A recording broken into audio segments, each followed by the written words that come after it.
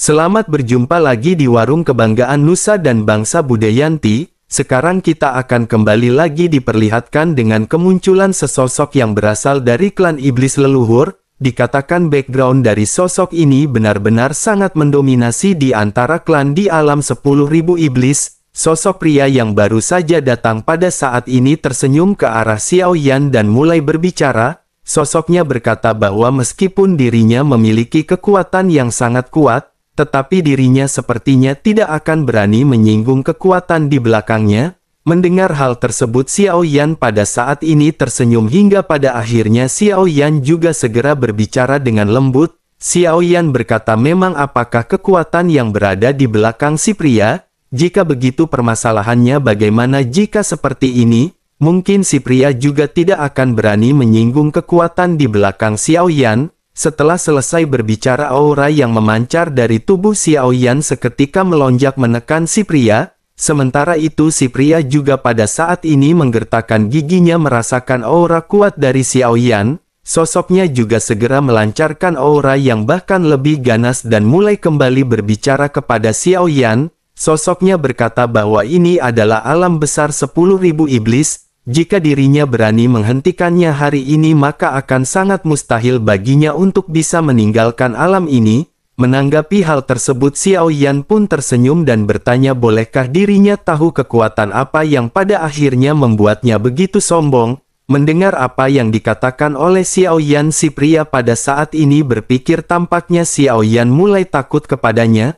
Sosoknya pada saat ini segera menegakkan dadanya dan Xiao Yan juga secara alami bisa melihat logo yang tersulam di dada kiri si pria. Xiao Yan pun mencubit dagunya dan tanpa berpikir ketika menggumamkan nama aula iblis leluhur. Xiao Yan lanjut berkata sepertinya dirinya pernah mendengar nama ini di suatu tempat. Mendengar apa yang dikatakan oleh Xiao Yan, si pria pada saat ini segera bersikap lebih bangga. Sosoknya berkata ternyata Xiao Yan benar-benar telah mengetahuinya. Jika begitu permasalahannya seharusnya dirinya pada saat ini tidak ingin menimbulkan permasalahan. Oleh karena itu yang terbaik pada saat ini sebaiknya Xiao Yan pergi dari tempat ini. Mendengar apa yang dikatakan oleh si pria, Xiao Yan pada saat ini segera tersenyum dan lanjut mulai meledek. Xiao Yan pada saat ini bertanya apakah istana iblis leluhur ini sangat kuat. Namun meskipun begitu pernahkah si pria mendengar tentang aliansi Dosian? Mendengar apa yang ditanyakan oleh Xiao Yan ini wajah pria itu pun seketika membeku. Tanpa sadar perkataannya pada saat ini sedikit melunak ketika dirinya bertanya apakah Xiao Yan berasal dari aliansi Dosian. Xiao Yan pada saat ini sedikit menghela nafas dan Xiao Yan lanjut menggelengkan kepalanya. Pria yang memegang pedang pada saat ini tiba-tiba mengangkat alisnya seolah-olah sedang dipermainkan oleh Xiao Yan. Kemarahan juga pada saat ini segera muncul di wajahnya ketika dirinya berteriak ke arah Xiao Yan. Sosoknya berkata sebaiknya Xiao Yan pada saat ini jangan berpura-pura menjadi kuat. Yang terbaik baginya pada saat ini adalah jangan mengaku-ngaku bahwa dirinya berasal dari aliansi Dosian. Xiao Yan pun tersenyum tipis mendengar apa yang baru saja diucapkan oleh si pria. Xiao Yan pada akhirnya lanjut berkata bahwa maksudnya adalah aliansi Dosian itu adalah milik Xiao Yan. Pria yang memegang pedang itu pun menjadi semakin kesal ketika mendengar Xiao Yan yang berbicara mengenai hal ini. Dirinya seketika merasa bahwa apa yang dikatakan oleh Xiao Yan ini benar-benar tidaklah masuk akal. Sepertinya Xiao Yan pada saat ini benar-benar hanya ingin menggoda si pria. Pada akhirnya pria yang memegang pedang ini pun segera kembali berteriak dengan marah. Sosoknya berkata sebaiknya pada saat ini mereka mengakhiri semua ini. Bersamaan dengan hal tersebut si pria pada saat ini bersiap untuk bergerak menyerang ke arah Xiao Yan. Namun segera setelah dirinya berbicara pada saat ini sebuah tekanan yang sangat kuat datang dan menekan dirinya. Untuk sesaat seluruh tubuhnya pada saat ini gemetar dan dirinya benar-benar tidak bisa bergerak. Sosoknya hanya bisa memandang ke arah Xiao Yan yang pada saat ini perlahan berjalan ke arah si pria. Pria yang memegang pedang pun tidak berani mengucapkan sepatah kata pun pada saat ini. Butiran keringat yang besar pada saat ini segera melonjak di dahinya dan dirinya tanpa sadar merasa ketakutan. Sementara itu begitu mendekat Xiao Yan pada saat ini langsung berbicara kembali ke arah si pria. Xiao Yan berkata, bukankah si pria tahu bahwa kekuatan harus dihormati? Si pria lebih lemah daripada Xiao Yan dan mengapa dirinya berani berbicara begitu kasar? Setelah selesai berbicara, kekuatan spiritual Xiao Yan pada saat ini segera menyebar ke arah si pria.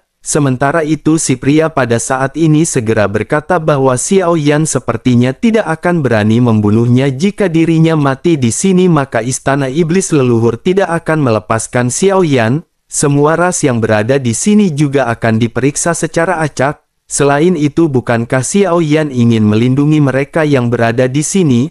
Oleh karena itu Xiao Yan tidak akan berani mengambil tindakan kepada si pria. Menanggapi hal tersebut, Xiao Yan pada saat ini masih acuh tak acuh dan tidak menjawab perkataan si pria. Xiao Yan pada saat ini masih terus melesatkan kekuatan spiritualnya ke arah si pria. Si pria pun seketika menyadari bahwa Xiao Yan pada saat ini berniat untuk menggeledah jiwanya. Si pria pun seketika merasa ketakutan karena efek dari penggeledahan jiwa ini sangat merugikan.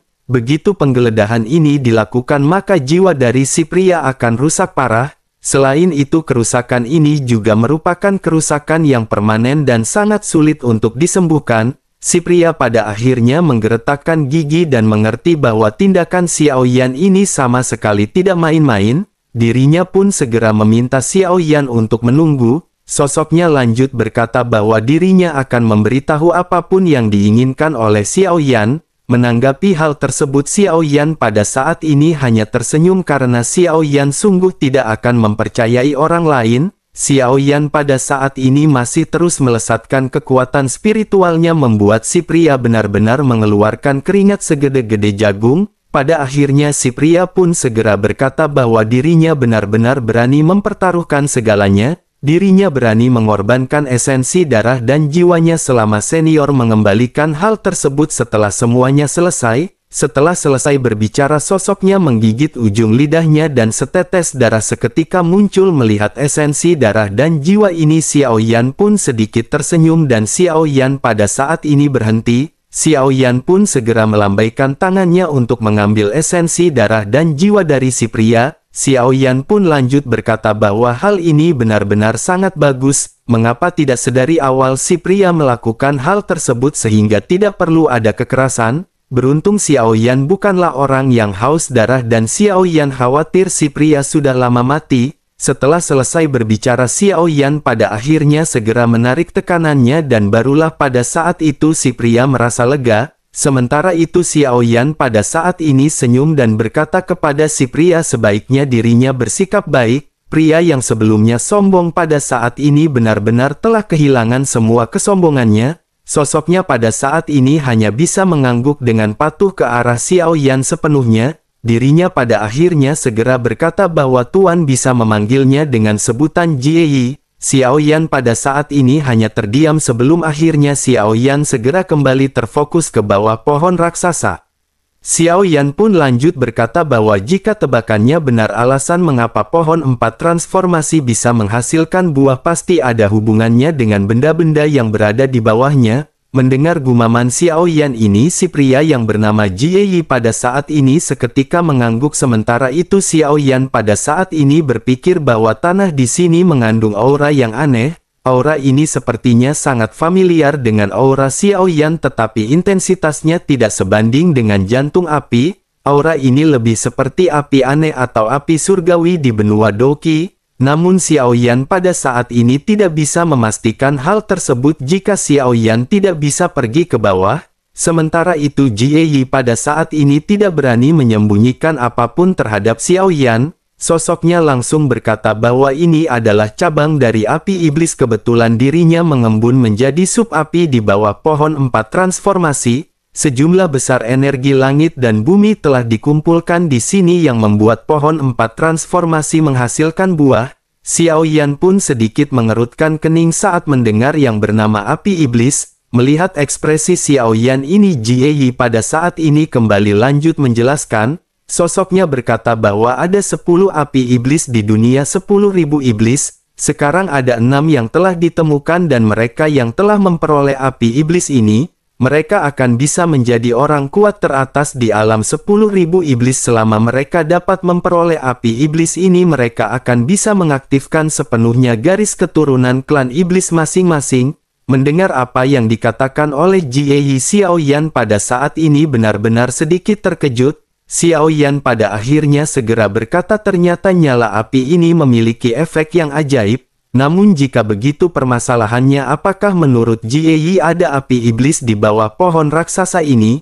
Jie pun menganggukkan kepalanya mendengar apa yang baru saja ditanyakan oleh Xiaoyan. Jie pada akhirnya lanjut berkata, namun jika mereka ingin pergi ke bawah tanah ini, mereka tidak bisa pergi dengan paksa dengan hanya menerobos dari luar. Xiaoyan pun menganggukkan kepalanya mendengar peringatan yang baru saja diucapkan oleh Jie. Xiaoyan pada akhirnya segera menoleh ke arah Gu Jiu yang pada saat ini sedang menepuk-nepuk bajunya menghilangkan debu. Melihat Xiaoyan yang memandang ke arahnya, Gu Jiu pun pada saat ini tersadar sebelum akhirnya bergegas ke arah Xiaoyan. Gu Jiu segera menangkupkan tangannya ke arah Xiaoyan karena dirinya telah setuju untuk membawa Xiaoyan ke bawah pohon setelah menyelamatkan klannya. Gu Jiu pun lanjut berkata bahwa dirinya tidak akan mengingkari janji miliknya. Oleh karena itu dirinya akan bisa mengantar Tuan ke bawah pohon besar. Xiaoyan pun menganggukkan kepalanya dan Xiaoyan pada saat ini tidak ingin banyak membuang-buang waktu. Xiaoyan pun segera berkata sebaiknya mereka pada saat ini segera pergi. Selain itu Xiaoyan juga pada saat ini merasa tidak akan ada orang yang datang di sekitar sini yang berani mendekat. Sementara itu untuk buah yang telah matang, Xiaoyan pada saat ini akan memberi mereka setengahnya. Bagaimana menurut Gu Jiu mengenai apa yang baru saja diatur oleh Xiaoyan? Mendengar apa yang dikatakan oleh Xiaoyan, Gu Jiu pada saat ini sama sekali tidak bisa membantah. Total dari buah ini ada 100 dan mereka pada saat ini mendapatkan 50 buah.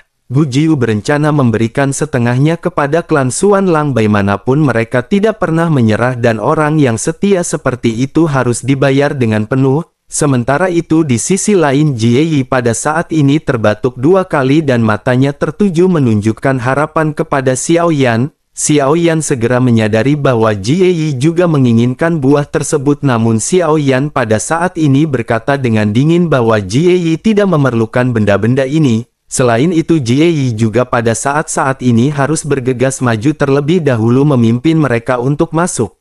Mendengar apa yang dikatakan oleh Xiaoyan, Jie pada saat ini hanya bisa menundukkan kepalanya. Jie pada saat ini sama sekali tidak bisa membantah Xiaoyan dan dirinya hanya bisa menangguk. Pada akhirnya Gu Jiu pada saat ini segera memimpin Xiaoyan dan yang lainnya untuk menuju ke bawah pohon besar. Setelah melalui perjalanan yang cukup rumit dan dibawa kepemimpinan dari Gu Jiu, Xiaoyan dan yang lainnya pada akhirnya sampai di bawah akar dari pohon besar. Begitu sampai Gu Jiu pada saat ini segera berkata bahwa sebelum mereka turun mereka harus mempersiapkan beberapa hal. Jika tidak maka jika mereka terkena api iblis yang berada di bawah tanah, bahkan jika mereka adalah Dogat mereka tidak akan bisa menolaknya. Mendengar apa yang dikatakan oleh Gu Jiu, Xiaoyan pada saat ini segera menatap ke arah Jie dengan sedikit tatapan tajam. Jie pun segera menyadari apa yang dimaksud oleh Xiaoyan dan pada saat ini segera mengeluarkan botol giok dari cincin penyimpanan. Jie pada akhirnya segera menjelaskan bahwa ini adalah ramuan emas untuk menghindari kebingungan dan ilusi. Dirinya hanya memiliki 5 dan ini hanya cukup untuk Jie. Mendengar hal tersebut Xiaoyan pada saat ini memandangi 5 pil yang ditunjukkan oleh Jie. Setelah mata Xiaoyan sedikit menyipit, Xiaoyan segera meraih pil tersebut di telapak tangannya. Api juga pada saat ini langsung naik di tangan Xiaoyan dan 5 ramuan ini seketika langsung hancur menjadi abu. Jie pada saat ini terkejut dengan apa yang baru saja dilakukan oleh Xiaoyan. Wajahnya dipenuhi dengan kecemasan dan dirinya tidak mengerti mengapa Xiaoyan melakukan hal ini. Jie pada akhirnya segera bertanya apa yang Tuan lakukan. Ini adalah satu-satunya dari ramuan emas yang dirinya miliki dan tanpa ramuan ini jika mereka masuk dengan gegabah maka tidak akan ada jalan kembali bagi mereka. Mereka akan dijadikan boneka oleh api iblis setelah mereka memasukinya. Setelah selesai berbicara pada saat ini, Jie Yi tiba-tiba mengerutkan keningnya karena suhu yang terpancar dari nyala api di telapak tangan Xiao Yan membuat mereka ketakutan. Jie Yi dan Gu Jiu pada saat ini melangkah mundur dan hanya bisa memperhatikan Xiao Yan dari kejauhan. Sementara itu Xiao Yan pada saat ini bergumam bahwa bahan obat yang dimiliki Xiao Yan tidaklah banyak, namun meskipun begitu seharusnya Xiao Yan pada saat ini bisa memurnikannya. Setelah selesai berbicara, Xiao Yan pun melambaikan tangannya dan banyak bahan obat muncul dari cincin penyimpanan. Xiao Yan pada akhirnya segera kembali melambaikan lengannya dan bola api pada saat ini segera terbentuk. Semua bahan obat seketika terendam di dalam api. Bahan-bahan obat ini dimurnikan dengan cepat dan hanya dalam waktu singkat bahan-bahan obat ini telah menjadi ramuan kental dan berubah menjadi pil. Obat mujarab pada saat ini muncul di telapak tangan Xiao Yan dan gerakan ini membuat Gu Jiu dan Jie Yi seketika terkejut. Bagi Xiao Yan, pemurnian tingkat ini hanyalah tingkat yang sangat rendah dan sangat mudah untuk dilakukan. Sementara itu Jie Yi pada saat ini tercengang dan bertanya, apakah Tuan telah memurnikan ramuan? Jie Yi pada saat ini benar-benar terkejut karena dirinya tidak menyangka bahwa kali ini dirinya tidak hanya bertemu dengan Dogat yang kuat, dirinya juga pada saat ini benar-benar bertemu dengan seorang alkemis yang hebat. Bahkan alkemis di Istana Iblis Leluhur hanya bisa menyempurnakan beberapa ramuan. Dikatakan ramuan emas penghindar kebingungan api ini juga dibeli dari alkemis Istana Iblis Leluhur. Harganya juga cukup tinggi dan mereka mengatakan bahwa ramuan ini sangat sulit untuk disempurnakan, namun tampaknya di tangan Xiao Yan hanya dalam beberapa tarikan nafas pil tersebut telah terbentuk. Bersamaan dengan Jie Yi yang terkejut, Xiao Yan pada saat ini melambaikan tangannya dan memberikan ramuan emas penghindar kebingungan api. Jie Yi pun segera menangkap pil tersebut dan memandangi ramuan yang memancarkan aroma yang sangat kuat. Setelah beberapa saat, Jie Yi pada akhirnya melotot dengan ekspresi tidak percaya yang muncul di wajahnya. Jie Yi tanpa sadar bergumam bahwa efek ramuan emas penghindar kebingungan ini 2 kali lebih kuat. Sementara itu Xiao Yan pada saat ini menggelengkan kepalanya sedikit dan berkata bahwa ada belasan bahan obat yang menghilang. Jika tidak, maka kualitas dari pil ini benar-benar akan jauh lebih tinggi lagi. Mendengar apa yang dikatakan oleh Xiao Yan, Jie Yi pada saat ini tiba-tiba mengangkat kepalanya, matanya bergetar ketika dirinya menatap ke arah Xiao Yan dan dirinya pada saat ini benar-benar merasa takjub. Jie Yi pada akhirnya lanjut berkata bahwa efek dari ramuan ini benar-benar jauh lebih kuat. Dengan begitu maka sepertinya satu orang cukup untuk mengkonsumsi 3 pil. Menanggapi hal tersebut, Xiao Yan pada saat ini hanya terdiam dan Xiao Yan kembali melambaikan tangannya. Dalam sekejap mata Xiao Yan telah memurnikan hampir 20 pil. Xiao Yan pada saat ini mengembalikan 5 pil milik Jie Yi sebelum akhirnya memandang ke arah Gu Jiu. Xiao Yan bertanya kepada Gu Jiu apakah dirinya membutuhkannya juga. Gu Jiu pun menggelengkan kepalanya dan lanjut berkata bahwa mereka belum pernah masuk jauh lebih dalam, mereka juga tidak ingin masuk lebih dalam karena api iblis ini adalah sesuatu yang tidak mereka butuhkan. Mendengar hal tersebut Xiao Yan pun menganggukkan kepalanya dan Xiao Yan segera mengeluarkan slip batu giok. Xiao Yan menyerahkannya ke arah Gu Jiu dan berkata agar Gu Jiu menunggu Xiao Yan. Jika seseorang datang dan Gu Jiu tidak bisa menanganinya, maka Gu Jiu harus menghancurkan slip giok ini. Gu Jiu pun tidak berani mengabaikan apa yang baru saja dikatakan oleh Xiao Yan dan dirinya segera mengambil slip batu giok tersebut, lalu sosoknya lanjut menangkupkan tangannya sementara Xiao Yan pada saat ini segera bergegas pergi. Dengan dipimpin oleh Jie Yi pada akhirnya segera melesat menuju ke kedalaman gua. Begitu di tengah-tengah perjalanan Xiao Yan pada saat ini merasakan sedikitnya ada yang tidak beres. Xiao Yan menyadari bahwa tidak hanya keberadaan Xiao Yan yang berada di sini. Xiao Yan melihat ada banyak jejak kaki ketika Xiao Yan memasuki kedalaman dari gua. Xiao Yan pada akhirnya bergumam di dalam hatinya, mungkinkah seseorang telah tiba di sini terlebih dahulu? Bersamaan dengan hal tersebut pada akhirnya Xiao Yan pun segera sampai ke pusat dari tempat yang mereka tuju. Tempat di sini pada saat ini tidak sepi dengan banyak suara auman binatang buas. banyak sosok yang bahkan terlihat di udara dan Xiao Yan pada saat ini sedikit mengurutkan kening. Xiao Yan pun lanjut bergumam sepertinya tempat ini cukup ramai. Pada saat ini Xiao Yan bisa melihat banyak sosok monster dengan postur yang sangat aneh. Selain itu mereka juga memiliki mata berwarna ungu kemerahan. Selain itu Xiao Yan juga bisa melihat di kejauhan adanya sosok yang berdiri tegak, sosok yang terlihat tinggi dan langsing perlahan mengangkat telapak tangannya dan nyala api ungu merah muncul di sana. Sosok ini pada akhirnya segera mengangkat kepalanya dan menoleh tajam untuk menatap ke arah Xiao Yan dan Jie Yi. Sosok itu pun segera mengeluarkan senyuman tajam ketika dirinya menoleh ke arah Xiao Yan. Seolah-olah semua sosok pada saat ini telah dikendalikan, mereka semua juga menoleh ke arah Xiao Yan dan Jie Yi yang berada di bawah. Xiao Yan juga menatap ke arah banyak sosok yang pada saat ini memancarkan mata dengan api berwarna ungu kemerahan. Pada saat yang sama sosok yang berada di tengah pada saat ini segera mengeluarkan jeritan yang sangat aneh. Bersamaan dengan hal tersebut wajah Jie Yi juga tiba-tiba menjadi pucat. Jie Yi pada akhirnya segera berkata kepada Xiao Yan bahwa mereka harus segera mengkonsumsi pil yang sebelumnya dimurnikan. Xiao Yan pun segera menggunakan pil yang sebelumnya Xiao Yan murnikan, begitu juga dengan Jie Yi. Begitu Xiao Yan mengkonsumsi pil tersebut, Xiao Yan pada saat ini bisa melihat adanya banyak api berwarna merah ungu di hadapan Xiao Yan. Xiao Yan juga bisa merasakan bahwa rasa panas dari api sebelumnya pada saat ini berkurang. Namun meskipun begitu dengan dua jantung api di dalam tubuh Xiao Yan, sesungguhnya panas api ini benar-benar tidak akan berpengaruh kepada Xiao Yan. Sementara itu di sisi lain pada saat ini banyak monster benar-benar menyerang ke arah Xiao Yan dan Jie Yi. Jie Yi pada akhirnya segera berkata kepada Xiao Yan bahwa mereka sepertinya harus mundur terlebih dahulu, mereka harus menyiapkan persiapan terlebih dahulu sebelum akhirnya mereka kembali untuk membuat tindakan.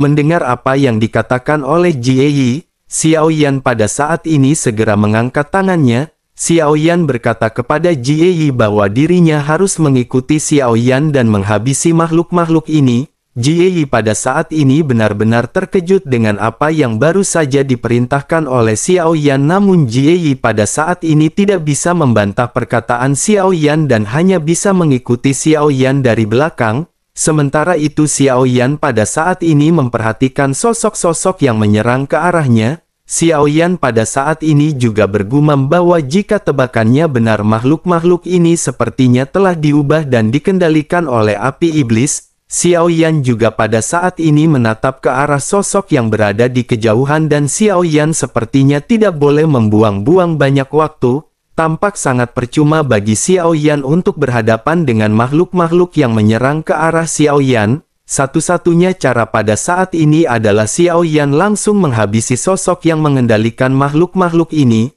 Xiao Yan pada akhirnya segera bertanya kepada dua jantung api yang berada di dalam tubuhnya. Xiao Yan bertanya kepada jantung api putih dan api abadi apakah mereka mengenalinya. Xiao Yan berpikir bahwa pada saat sebelumnya jantung api putih mengenali sosok api abadi. Oleh karena itu Xiao Yan bisa berspekulasi bahwa sepertinya semua jantung api saling mengenal. Sementara itu menanggapi pertanyaan Xiao Yan ini, jantung api putih pada akhirnya mulai berbicara. Sosoknya berkata bahwa aura dari api ini agak aneh. Mereka benar-benar harus menangkapnya terlebih dahulu untuk bisa memastikannya. Api abadi juga pada saat ini tidak bisa memastikan hal tersebut dan segera mulai berbicara. Sosoknya berkata bahwa kelihatannya itu memang seperti jantung api, tetapi auranya sangat terburu nafsu dan sedikit berbeda dan kekuatannya cukup lemah. Xiao Yan pun menganggukkan kepalanya mendengar keduanya yang pada saat ini ingin mengambil tindakan. Xiao Yan pada akhirnya segera mengeluarkan pedang berat misterius dan mengabaikan Jie Yi di belakangnya. Tubuh Xiao Yan pada saat ini bergegas melesat menuju langsung ke arah sosok yang berada di tengah banyak monster yang pada saat ini mendekati Xiao Yan, juga seketika dibantai oleh pedang berat misterius milik Xiao Yan. Melihat keganasan dari kekuatan Xiao Yan ini, sosok yang misterius itu pun seketika benar-benar terkejut. Sosoknya pada saat ini berubah menjadi kilatan api dan melesat ke kejauhan. Menyadari hal itu, Xiao Yan pun memerintahkan jantung api putih untuk mengejarnya. Jantung api putih pun menyetujui permintaan Xiao Yan dan pada saat ini langsung mengendalikan tubuh Xiao Yan. Sosok Xiao Yan pada saat ini segera bergegas menjadi kilatan cahaya dengan api putih yang menutupi seluruh tubuhnya. Bersamaan dengan hal tersebut, monster-monster yang mengejar Xiao Yan juga benar-benar dihancurkan oleh api. Xiao Yan juga pada saat sebelumnya mengeluarkan 4 helai benang emas pembunuh untuk menghabisi banyak monster. Jie Yi yang menyaksikan adegan ini di kejauhan pada saat ini memiliki ekspresi dipenuhi dengan keterkejutan. Jie Yi pada saat ini benar-benar menyadari bahwa sosok Xiao Yan benar-benar sangat mengerikan. Sementara itu di sisi lain pada saat ini sosok Xiao Yan pada akhirnya berhasil mengejar gumpalan api ungu merah. Sementara itu api ungu merah juga pada saat ini kembali berubah menjadi bentuk manusia dan mengeluarkan suara gemuruh. Namun pada saat ia ingin melakukan perlawanan pada akhirnya sosoknya segera dikendalikan oleh jantung api putih sepenuhnya. Di tengah-tengah sosoknya yang tidak bisa bergerak, api iblis ungu merah ini pun seketika meraung dan bertanya siapakah jantung api putih. Menanggapi hal tersebut jantung api putih pun segera berkata perlahan bahkan dirinya tidak mengenali jantung api putih. Sepertinya dirinya benar-benar telah melakukan kesalahan dan seharusnya ini hanyalah api yang bermutasi. Dapat dikatakan bahwa api ini seharusnya dihasilkan oleh jejak arogansi dari 10 api iblis absolut. Mendengar apa yang dikatakan oleh jantung api putih, Xiao Yan pun segera bertanya apa yang dimaksud oleh jantung api putih. Jantung api putih pun segera menjelaskan bahwa 10 api iblis absolut merupakan salah satu dari jantung api. Setelah mendengar hal ini Xiao Yan pun segera menganggukkan kepalanya. Sementara itu jantung api putih pada saat ini terus meningkatkan tekanan apinya dan menghancurkan api ungu merah. Jantung api putih pun lanjut bertanya kepada Xiao Yan apakah Tuan ingin menyimpannya. Xiao Yan pun menganggukkan kepalanya dan berkata bahwa jika jantung api putih bisa membuatnya berperilaku baik maka mereka tidak perlu menghancurkannya dan mereka bisa memanfaatkannya. Mendengar apa yang dikatakan oleh Xiao Yan pada saat ini api pun seketika berterbangan di telapak tangan jantung api putih. Api ungu merah melawan dengan liar tetapi pada akhirnya dirinya tidak bisa lepas dari kendali jantung api putih. Pada akhirnya setelah satu kali tarikan nafas api ungu merah ini benar-benar seketika mereda. Api ungu merah yang awalnya berbentuk manusia perlahan-lahan menghilang hingga akhirnya mengembun di telapak tangan Xiao Yan. Pada saat ini api abadi juga tiba-tiba segera berbicara bahwa meskipun auranya terlalu lemah, tetapi dirinya bisa merasakan bahwa api ini adalah 10 api iblis absolut. Menanggapi hal tersebut Xiao Yan pun segera bertanya di manakah peringkat 10 api iblis absolut ini di antara jantung api. Api abadi pun segera menjawab bahwa itu berada di peringkat terbawah yakni di peringkat ke-9. Mendengar hal tersebut Xiao Yan pun menganggukkan kepalanya tetapi pada saat yang bersamaan Xiao Yan pada saat ini seketika menoleh dan merasakan sesuatu. Xiao Yan pada akhirnya bergumam bahwa seseorang benar-benar telah menerobos masuk. Tampaknya dirinya benar-benar tahu bagaimana memilih momentum yang tepat. Setelah selesai berbicara pada saat ini di kejauhan di pandangan mata Xiao Yan, 3 sosok muncul dan semuanya mengenakan pakaian yang sama dengan Jie Yi. Pemimpin mereka pada saat ini segera menangkupkan tangannya sedikit ke arah Xiao Yan dengan senyum di wajahnya. Sosoknya lanjut berkata kepada Xiao Yan bahwa mereka telah menemukan api iblis ini terlebih dahulu. Oleh karena itu bisakah saudara pada saat ini melepaskan api iblis tersebut dan menyerahkannya kepada mereka? Mendengar hal tersebut Xiao Yan pada saat ini memandang ke arah Jie Yi yang berada jauh di belakang ketiga sosok ini. Jie Yi melambaikan tangannya dengan liar menandakan bahwa itu tidak ada hubungannya dengan Jie Yi. Sementara itu salah seorang di antara ketiga sosok yang baru saja muncul pada akhirnya menoleh dan menatap ke arah Jie Yi yang sedang membuat kode. Sosoknya menunjukkan ekspresi yang aneh sebelum akhirnya bertanya apa yang dilakukan oleh Jie Yi. Mendengar hal tersebut Jie Yi pun seketika terdiam dan hanya bisa menundukkan kepalanya. Terlihat jelas bahwa kekuatan dari ketiganya ini benar-benar lebih tinggi daripada Jie Yi. Selain itu identitasnya juga lebih tinggi dari Jie Yi. Jie pada akhirnya menghela nafas dan tersenyum pahit sebelum akhirnya mulai berbicara. Jie berkata bahwa tuan ini berasal dari dunia luar dan api iblis ini juga telah didapatkan oleh dirinya. Oleh karena itu Jie berpikir tampaknya lebih baik bagi mereka tidak memaksa orang lain ke dalam kesulitan. Jie pada saat ini berpikir bahwa ketiga orang ini benar-benar akan dihabisi oleh Xiao Yan. Jie pada saat ini benar-benar sangat galau untuk memutuskan kebelah manakah dirinya akan berpihak. Di satu sisi ketiga sosok ini merupakan senior-senior dari Jie, sementara itu di sisi lain Xiao Yan pada saat ini memegang esensi darah dan jiwa dari Jie. Oleh karena itu Jie hanya bisa bertindak netral hingga pada akhirnya Jie hanya bisa melangkah mundur. Sementara itu di sisi lain Xiao Yan pada saat ini tiba-tiba berbicara perlahan ke arah ketiganya. Xiao Yan bertanya apakah mereka menginginkan api iblis ini. Setelah selesai berbicara Xiao Yan pun bertanya kepada Jie. Xiao Yan bertanya apakah ketiga orang ini adalah teman Jie. Jie pun mengangguk tetapi pada saat berikutnya sosoknya menggelengkan kepalanya. Sementara itu pemimpin ketiga sosok ini segera berbicara dengan sedikit nada permintaan maaf sambil menangkupkan tangannya. Dirinya berkata bahwa api ini sangat penting bagi mereka. Jika saudara bersedia berpisah dengannya maka mereka akan bersedia membayar sejumlah kompensasi. Mendengar apa yang dikatakan oleh si pria Xiao Yan pada saat ini tersenyum. Xiao Yan lanjut mengangkat tangannya dan menelan api iblis ini langsung ke dalam tubuhnya. Adegan ini seketika membuat ketiganya gemetar pada saat yang bersamaan. Mereka tanpa sadar bergumam di dalam hati masing-masing bahwa si pria benar-benar berani menelan api iblis ini secara langsung seperti memakan bakwan goreng.